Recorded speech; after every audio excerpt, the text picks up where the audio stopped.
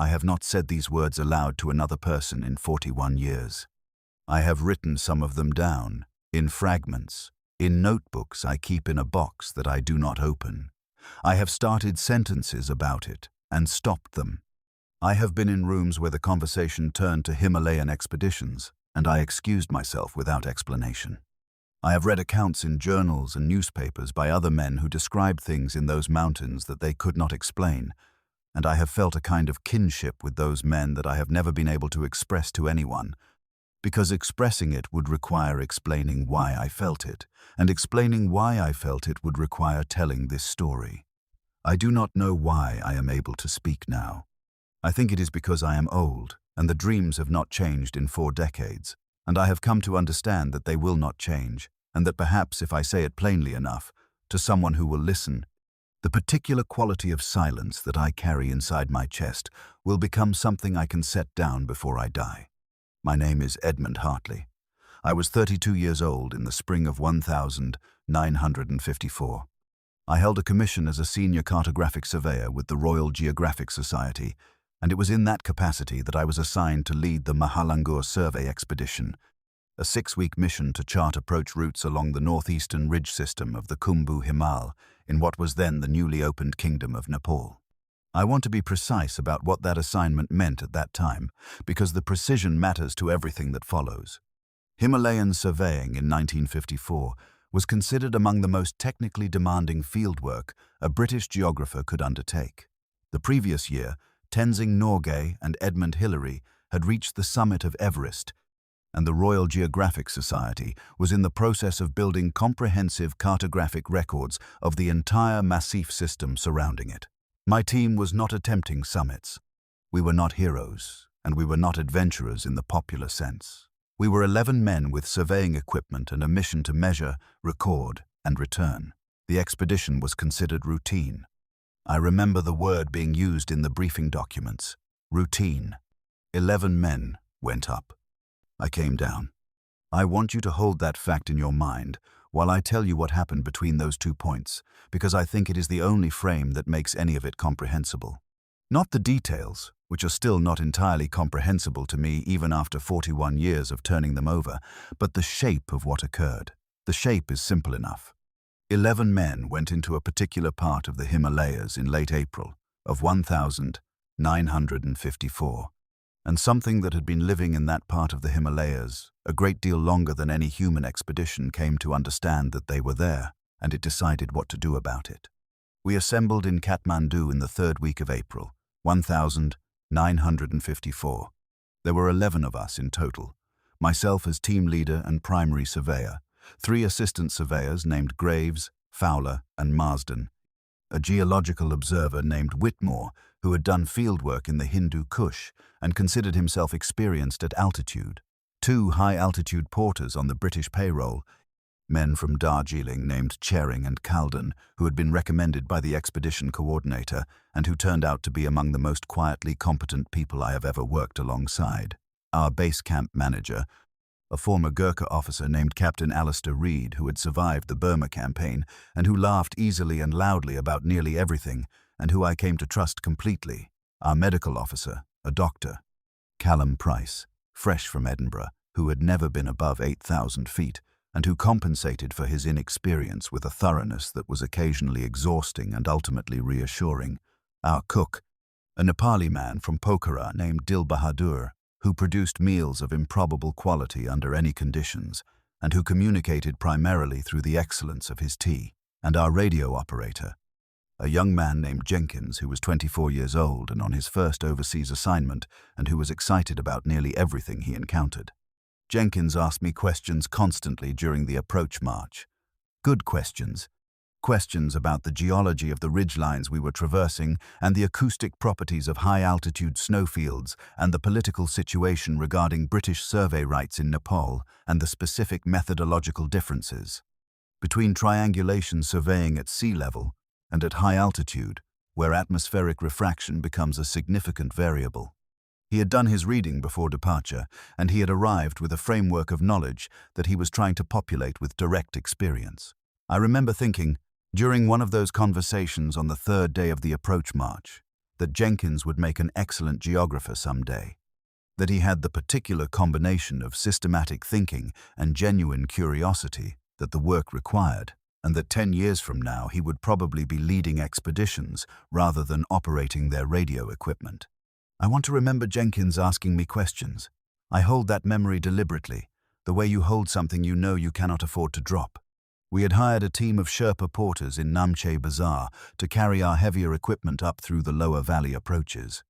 There were 14 of them, experienced men who had worked with previous expeditions through the Khumbu region. And their leader was a man named Pasang Dorje, who was perhaps 50 years old, and who carried himself with a particular authority that made every British officer in our party unconsciously defer to him without quite realizing they were doing it. I noticed this phenomenon. It amused me then, in the way that things amuse you when you are still inside the framework that will later dissolve. Pasang Dorje led us through the lower approaches without incident. The weather in late April was still cold but stable, and the sky at altitude had that particular quality of Himalayan sky that I had read about in other men's accounts, and not fully believed until I saw it myself. A blue that is darker and more remote than any blue you have ever seen at lower elevation, as if the reduction in atmosphere allows you to see slightly further into space. We moved through rhododendron forests that were just beginning to bloom with flowers that seemed improbable in that environment, vivid red and pink against grey rock. We passed through stone villages where we were offered butter, tea, and where small animals watched us from low walls with the indifference of creatures that had seen expeditions come and go for generations and drawn no useful conclusions from any of them. The path climbed steadily, and the air thinned in the way that air thins at altitude, not dramatically at first, but incrementally, so that you become aware of it only when you notice yourself breathing deliberately, where before breathing had been automatic. On the third day of the approach march, we crossed a particular ridge and the Khumbu Glacier came into full view below us. A river of broken ice moving imperceptibly through the valley, its surface grey and fractured and so ancient that the word ancient felt entirely insufficient for it. Jenkins said something about it being spectacular. He was right. It was spectacular in the way that things are spectacular when they are completely indifferent to your presence or your opinion of them. We made camp that evening on a flat shelf of ground above the glacier tongue, and it was that evening that Pasang Dorje came to my tent. He sat across from me with his tea, and he did not speak for some time, which I had come to understand was not unusual for him. He organized his thoughts before releasing them.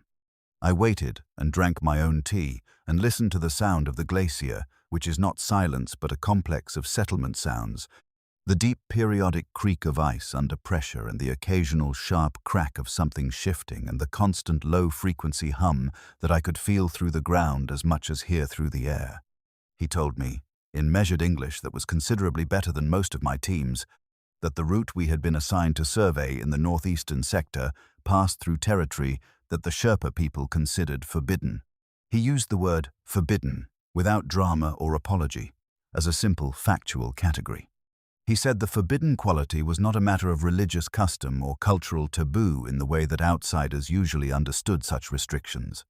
He said it was a practical prohibition based on direct historical experience, based on what had happened to people who had gone into that zone before.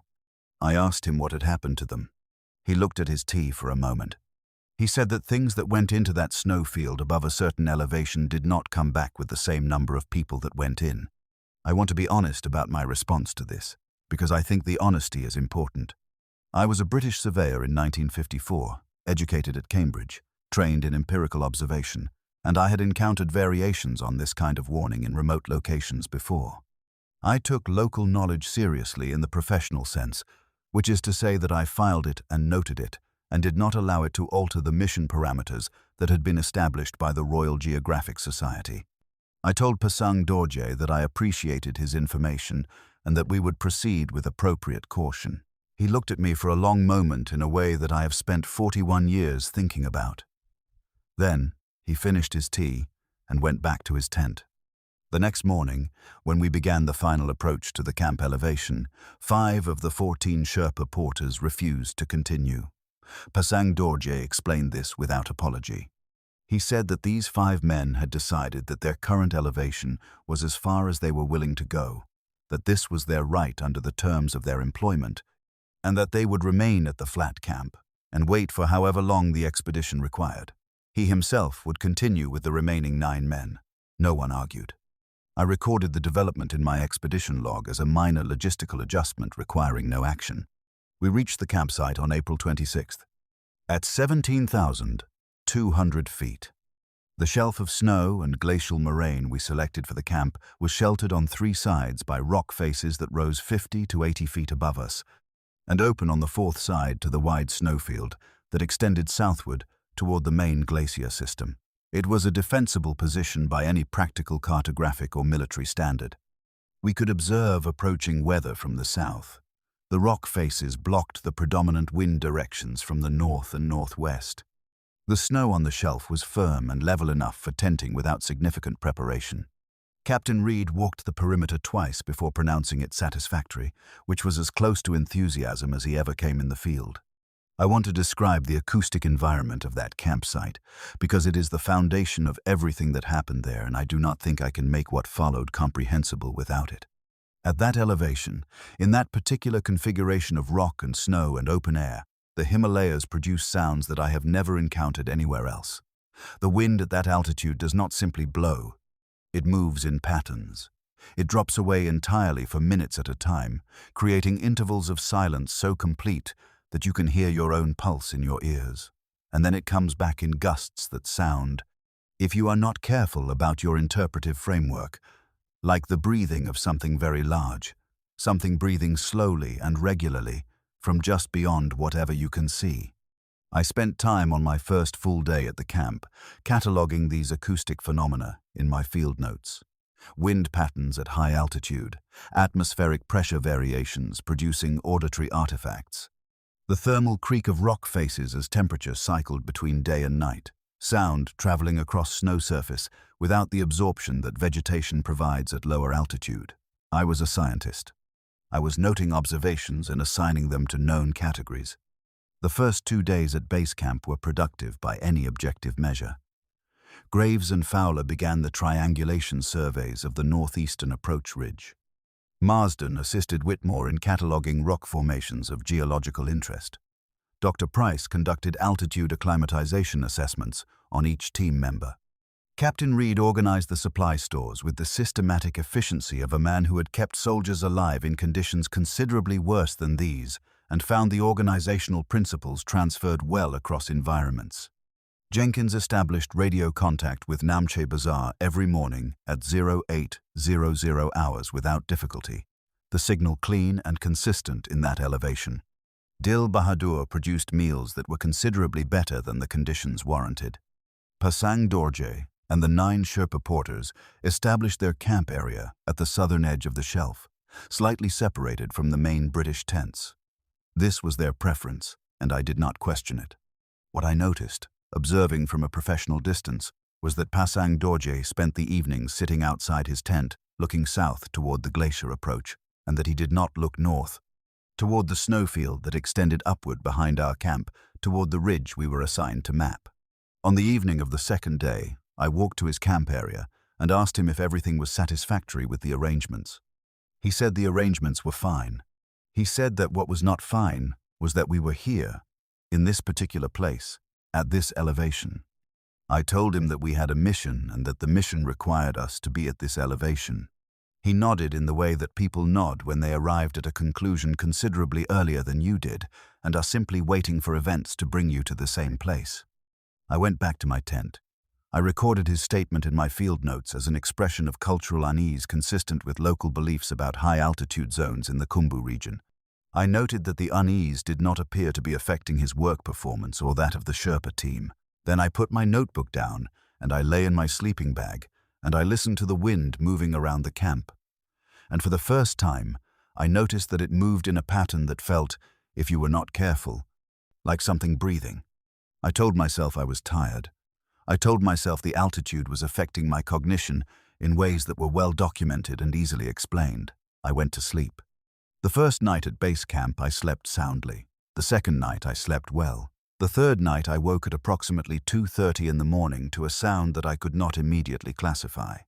I want to describe this carefully, because the sound is the thing I have never been able to fully convey in the 41 years since I heard it, and I think it is the foundation of everything that followed. It was a footfall, a single footfall in the snow outside my tent, close enough that I could hear the compression of the snow crystals beneath whatever weight had made it. Snow compression has a specific acoustic quality that is distinct from wind disturbance or the settlement sounds of ice. It is a dense, brief creak, higher frequency than you might expect from something so soft, and it is unmistakable once you have heard it enough times in the field.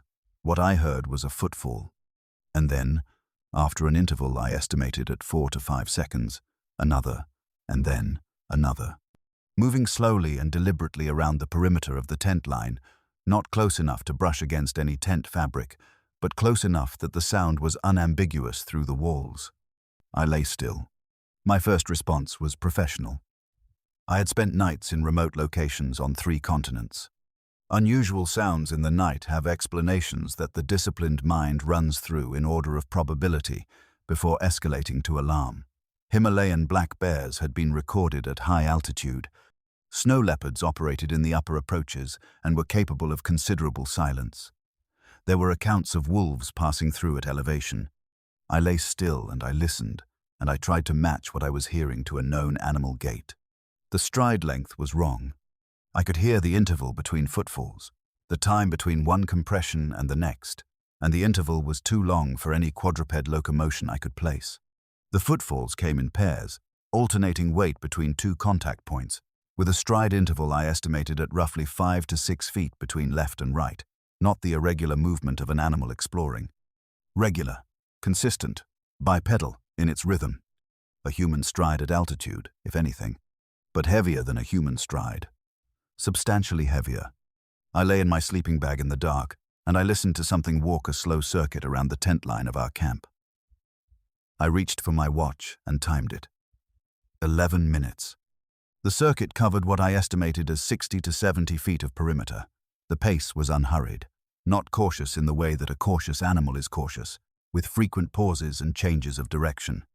Simply slow, deliberate, the pace of something that was not concerned about being observed. Then it stopped. The silence that came after it stopped was different from the silence that had preceded the footfalls. I am not able to explain why it was different in terms that would satisfy a scientist. It simply was. There was a quality to it that suggested not the absence of something that had left, but the presence of something that had stopped moving. I lay awake until the sky began to show grey in the east, and then I got up and walked the perimeter of the camp in the early light. There were depressions in the snow, large, roughly oval, arranged in the bipedal pattern I had expected based on what I had heard, spaced at the interval I had estimated, tracking around the camp perimeter in a complete circuit. The snow surface had been disturbed by wind during the night, and the impressions were softened at their edges, but they were unambiguous to anyone who looked at them without pre-commitment to an alternative explanation. I measured the width of the clearest impression with the small folding ruler I kept in my coat pocket, 16 inches across at the widest point. I stood in the early morning light at 17,200 feet in the Khumbu Himal, and I measured a footprint that was 16 inches wide, and I stood there for what was probably several minutes without writing anything in my field notebook, which was unusual for me. Then I went to find Pasang Dorje. He was already awake, which did not surprise me. He came to look at the impressions with me, and he said nothing for a long time. He crouched next to the clearest one, and he looked at it with the particular careful attention of someone who recognizes something they had been hoping not to find. Then he straightened and he said that what had made these tracks had been walking our camp boundary in the manner of someone walking the boundary of property they intended to claim. I asked him to explain what he meant. He said he meant exactly what he had said. I reported the tracks to my team at the morning briefing. Dr. Price examined the impressions and offered the opinion that they might have been produced by a large snow leopard whose tracks had been distorted and enlarged by overnight wind action, which is a genuine phenomenon and a reasonable hypothesis. Graves agreed that this was possible. Fowler said nothing. Marsden took photographs. Captain Reed said nothing at all, but I noticed that over the course of that morning he walked the camp perimeter twice, not for any stated purpose, but in the methodical way of someone assessing approach vectors and defensive positions. Jenkins asked me if I thought the tracks were what the locals said they were. I told him I didn't know what made the tracks. He said that was an interesting answer given that I was supposed to be the expert. I told him he was right. It was an interesting answer. He seemed satisfied with that and went back to his radio equipment. We continued the surveys. I noted the tracks in the field log as unusual animal activity requiring monitoring. The mission continued as scheduled. I believed, during that day, that I was exercising appropriate professional rigor by not leaping to unscientific conclusions. I believed that the tracks had a mundane explanation that would reveal itself. I believed this with the confidence of a man whose entire professional identity depended on the world operating in ways that were explicable and mappable. That belief lasted until the fourth night. The fourth night was when things changed in a way that could not be noted and filed and continued past. On the fourth night, the sounds returned, but they were no longer at the perimeter. They were between the tents. Moving through the interior of the camp with the same deliberate pace I had heard 2 nights before, pausing between tents and then continuing. And from inside my sleeping bag I lay completely still, and I listened, and from somewhere in the tent line I could also hear Jenkins breathing, quick and shallow, which told me that he was awake and listening too. The sounds moved through the camp interior for approximately 20 minutes. They passed within what I estimated as 8 to 10 feet of my tent. Not once did any tent fabric disturb.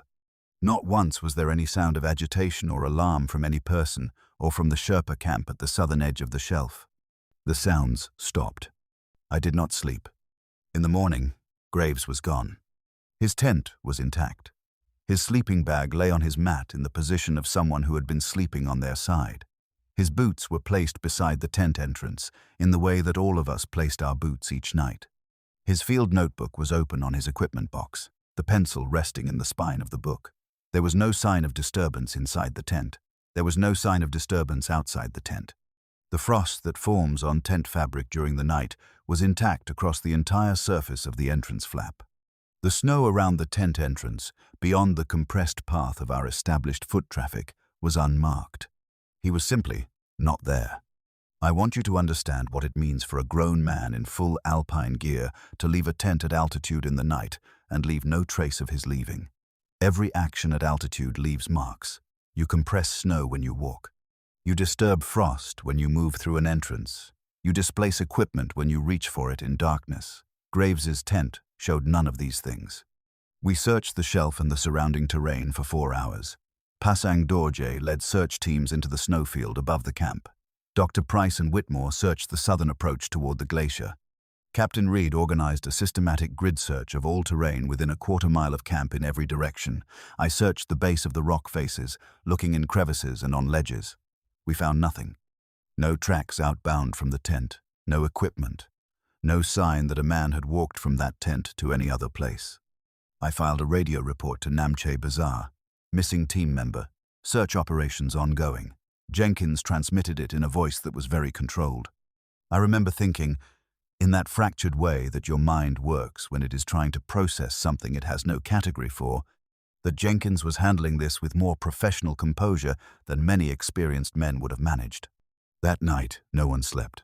Fowler disappeared on the 5th night. The pattern was identical. Tent undisturbed, equipment in place, sleeping bag on the mat, frost on the tent, entrance intact, no tracks outbound. No sound reported by those of us who had been awake and listening through the dark, and by this point, most of us were awake and listening through the dark. Fowler was not in his tent when morning came. I have to tell you something about what it is to stand in a camp at high altitude after the second man has disappeared in this manner, and understand that something is taking people out of their tents while their colleagues lie awake a few. Feet away listening, there are no words adequate to it in my experience. The word fear is not sufficient. What I felt was something closer to the dissolution of a framework. The framework by which I understood physical causation, by which I understood that actions leave evidence, that things happen in ways that leave traces, that a man who goes somewhere leaves marks of his going. That framework was failing. And a man whose professional identity depends entirely on that framework, on the premise that the world is measurable and mappable and explicable, has very few tools left when the framework goes. Pasang Dorje came to me that morning and said we needed to leave the camp immediately. He said it quietly, without the urgency of panic. He said that what was in this zone had now taken 2 men, and that it would continue to take men at its own pace and in its own manner, and that the correct response to this was to abandon the camp and descend. I told him we could not abandon the mission. He looked at me with the same expression he had used when he said the camp arrangements were fine, but our being here was not. And I understood that he had known we would have this conversation and had already accepted that I would say what I said. He told me that the mission had already changed its nature. He said we were no longer on a surveying expedition. He said we were now inside the territory of something that was systematically removing us, and that the only mission that remained with any meaning was ensuring that some portion of us left this place. I recorded his statement in my field notes. Then I called a team meeting and told the remaining 9 men that we were consolidating the camp and implementing a watch rotation and continuing the mission with adjusted protocols. Captain Reed said nothing during the meeting. Afterward, he came to my tent and he asked me directly whether I believed Graves and Fowler had fallen, as I had suggested in the radio report. I told him I did not know what had happened to them. He looked at me for a moment. Then he said that he would organize the watch rotation. He did not say anything else. We moved the tents. We consolidated into a smaller cluster, all 9 of us within a tighter footprint, with the fire at the center kept burning through the night. Captain Reed established a rotation of 2 men awake at all times, with clear lines of sight across the whole camp area. Jenkins maintained continuous radio contact attempts with Namche Bazaar through the evenings.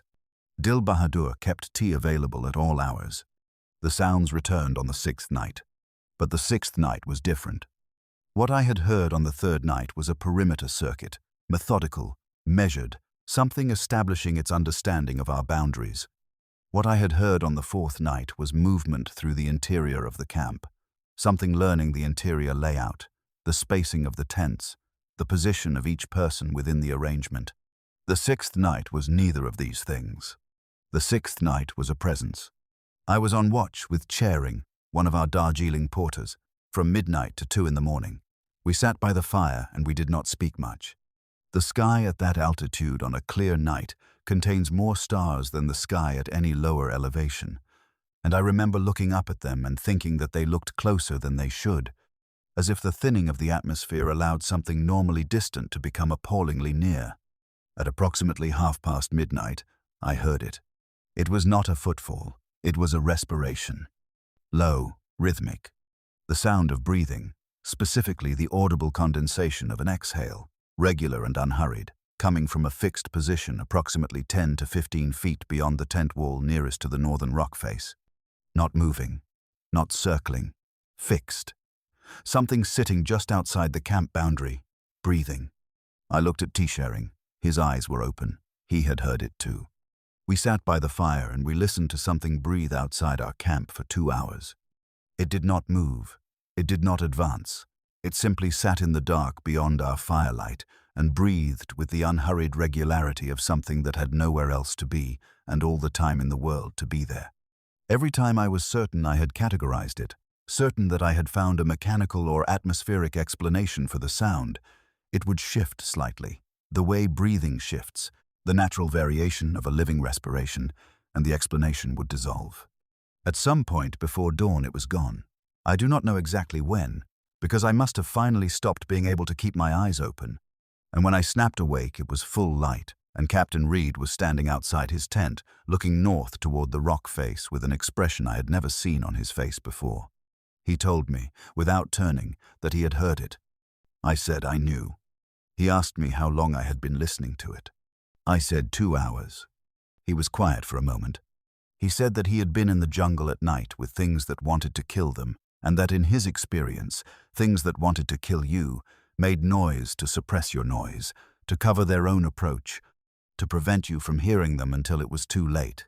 He said that what was outside our camp was not doing that. It was not trying to conceal itself. It was making a sound that we could hear clearly and deliberately, and that he thought it was doing so because it wanted us to know it was there. I asked him what he thought it wanted us to know by that.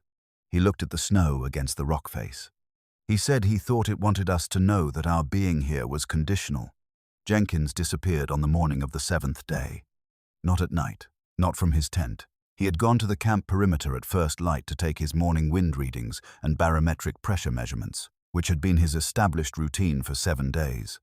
It was a distance of approximately 40 feet from the tent cluster to the instrument position he used, in full daylight, with 3 of us awake and 2 of those 3 watching the camp. None of us saw him after he reached the instrument position. The instruments were there when we looked. Jenkins was not. 40 feet, in daylight, with witnesses. I am not going to say more about Jenkins than that. I have tried, over 41 years, to find an explanation for those 40 feet, for how a man walks 40 feet in full light with eyes on him and ceases to be. I have not found one. I do not expect to find one. What I know is that the instruments were there, and Jenkins was not there, and the snow between the instruments and the tent cluster showed only his outbound tracks. 7 of us remained. Myself, Captain Reed, Marsden, Whitmore, Dr. Price, Charing, and Carlden. Pasang Dorje came to me on the morning of the 7th day and told me that he and the 9 Sherpa porters would be descending. He said this without apology and without anger. He said he had reached the limit of what he could reasonably ask his men to endure, and that he had in fact already exceeded it by 2 days. I did not argue. I understood with complete clarity that he was right, and that I had no moral authority to compel anyone to remain. He shook my hand before he led his team off the shelf. He held my hand for a moment, and he said something in Nepali. I did not fully understand the words at the time. Later, in the hospital in Kathmandu, I repeated the sounds as best I could to a nurse who spoke the language, and she thought about it and said the phrase meant roughly, "May what has seen you forget your shape." I thought about that phrase for a long time. The 7 of us sat in the camp as the 9th day began, and the light was good and clear, and the snowfield to the north was white and still and beautiful, in the way that things are beautiful when they do not care about anything that is happening to you. On the evening of the 7th day, the creature came to the edge of the firelight. I will not use a clinical term for what I saw. I have tried them. Unknown bipedal primate, unclassified megafaunal specimen. None of them hold the weight. The weight is in the word creature, which is inadequate but less inadequate than the alternatives, and so I will use it. It came to the edge of the firelight. It did not rush. It did not emerge from anywhere in particular. It moved into the perimeter of the fire's light from the direction of the northern rock face, and it moved in the manner of something entering a space it has decided to enter, not approached or discovered, but entered. At its own timing and in its own manner, it stopped at what I estimated as 30 feet from the nearest tent. I was outside the tent. I had been sitting by the fire with Captain Reed and Marsden, and when it stepped into the light, I did not move. I believe that none of us moved. I believe that the capacity to initiate voluntary movement was temporarily suspended in all of us simultaneously, not from physical cause, but from the kind of shock that comes when what you are seeing cannot be resolved into any known category. It was large. I am a 6-foot man, and I want you to hold my height in mind. What stood at the edge of that firelight was substantially taller than I am. At the time, in the light and in the state I was in, I could not produce a precise measurement. Looking back across 41 years of thinking about it, applying what I know about the rock face behind it, which I had measured at approximately 9 feet from the snow surface to the lower rim, I believe it stood between 8 and 9 feet in height. It stood fully upright, not the hunched posture of an ape, not the forward-leaning stance of any quadruped I had studied or read about. It stood with the balanced weight distribution of a bipedal creature, shoulders back, head forward on a thick neck, arms longer than human arms, held slightly away from its body in a manner that I can only describe as deliberate readiness. It was covered in dense fur. In the firelight, the fur appeared pale, almost white in the zones where the light struck it directly, and grey-brown in the shadows between.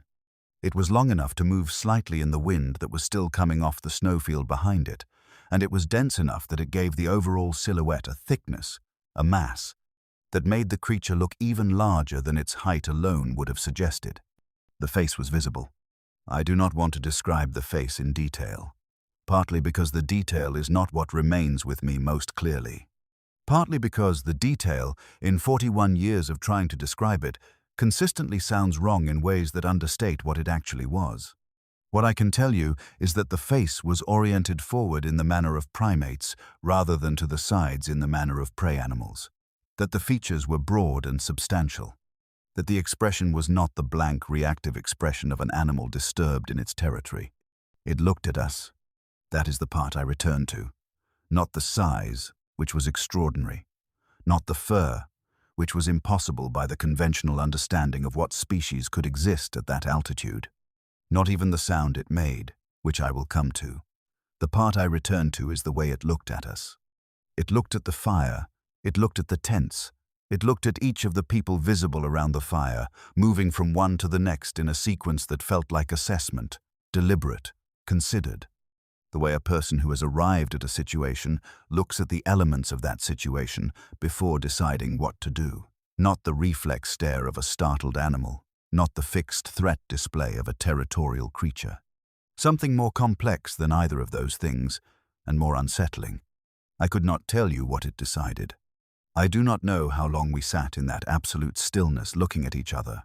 My watch told me afterward that the encounter lasted 11 minutes from the moment it stepped into the light to the moment it left. 11 minutes felt like a duration that I cannot put a word to. Captain Reed, to my left, placed his hand on the ice axe beside him. I was aware of this. I was also aware, at some level below conscious deliberation, that an ice axe was entirely irrelevant to whatever was standing in the firelight, and that Reed was equally aware of this and had placed his hand on it anyway because it was the only available physical response to the situation. At some point in the 11th minute, the creature moved. Not toward us. It moved to its right, parallel to the camp perimeter. Slowly, still fully visible in the firelight, for approximately 10 seconds, the firelight tracking across the fur and the broad face as it moved. Then it was at the edge of the light. One more step and it was in the darkness beyond. And it was gone. We sat around the fire for a very long time without speaking. The fire burned. At some point, Marsden said, quietly, that we needed to go. He said it in the tone of someone who has arrived at a conclusion that is self-evident and is slightly embarrassed by how long it took to arrive at it. I said yes. We began the descent at midnight of the 8th day. We took essential equipment and we left everything else and we moved south across the shelf in a close group with lanterns lit. I made this choice deliberately. I wanted to be visible. I had concluded, somewhere during the 11 minutes at the fire, that concealment was not a protection available to us, that what was on that snowfield had known exactly where we were at every moment of our 8 days, and that whatever we did or did not carry in terms of light or silence was irrelevant to its awareness of our position. We moved south, and as we moved south, the sounds came with us. Not the footfall sounds, a vocalization, periodic, tonal, coming from different positions in the dark above and around us, from the east and then from ahead and then from higher ground to the west, marking our position relative to it in a sequence that made it impossible to pretend we were not being tracked. The vocalization was not a threat sound in the conventional sense. It did not escalate as we moved. It maintained a consistent pitch and interval, the way a sound made for informational purposes maintains its character. We were being observed, we were being tracked, and the tracking was being made audible to us. I have thought about why it made itself audible. I have thought about it for 41 years, and I have arrived at 2 possible explanations. The first is that the vocalization was communication with others of its kind, coordinating around our movement. The second is that it was addressed to us. That it was making itself audible to us specifically, making certain that we understood we were being escorted, that our departure was known and permitted and observed, that we were leaving within a framework of its awareness rather than escaping beyond it. Both explanations are disturbing in different ways. 3 hours into the descent, with the first grey light beginning in the east, the sounds stopped. I do not know exactly where we were when they stopped. I know that at some point I became aware of the ordinary sounds of the mountain returning, the wind and the tonal settling of ice, and the distant sound of meltwater somewhere deep in the glacier, and I became aware that the vocalization was no longer among those sounds. It had stopped the way a deliberate thing stops, not fading out but simply concluding. We did not stop walking. We continued to the flat camp where the 5 Sherpa porters had waited, and the 5 men were there, in their tent, asleep. They woke when we arrived and they asked no questions and they gave us tea, and we sat in the early light and nobody spoke for a long time. Captain Reed and I counted the group twice. 7 had descended. 7 had arrived at the lower camp. We reached Namche Bazaar 2 days later. I walked into the village without my boots, which I had lost somewhere on the descent and could not precisely account for. Doctor. Price filed a preliminary medical report on all 7 of us. I filed a radio communication to the expedition coordinator in Kathmandu. I did not file a complete report to the Royal Geographic Society. I filed a summary document citing severe weather conditions, disorientation, and the deaths of 3 team members to probable altitude-related falls in unstable terrain. This document is, to my knowledge, the official record of the 1954 Mahalangur survey expedition.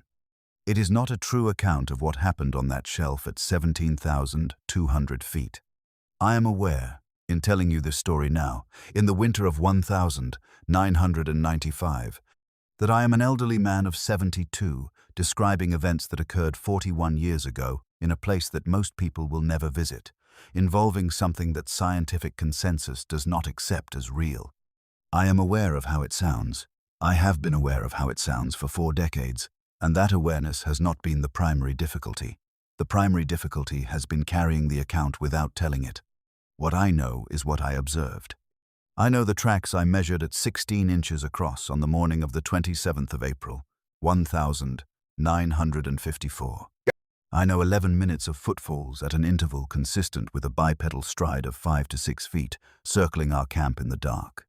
I know Graves's tent in the morning with his boots still beside the entrance and frost intact across the flap.